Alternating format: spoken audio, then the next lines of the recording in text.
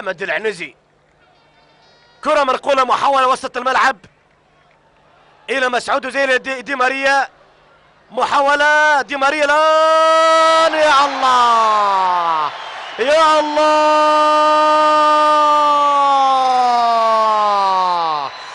أنخيل دي ماريا لاعب المنتخب الأرجنتيني يسجل في الدقيقة 26 من شوط المباراة الأول، وسط فرحة لعشاق الريال، وسط فرحة لجماهير الريال هنا في استاد نادي الكويت. لاحظ، تابع، شاهد تسديدات دي ماريا، لاحظ التادية من مسعود أوزيل والتمريرة إلى دي ماريا.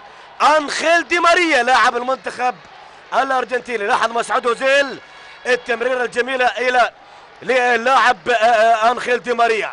دي ماريا يسجل الهدف الأول في الدقيقة 26 من شوط المباراة الأول على الحارس نواف الخالدي.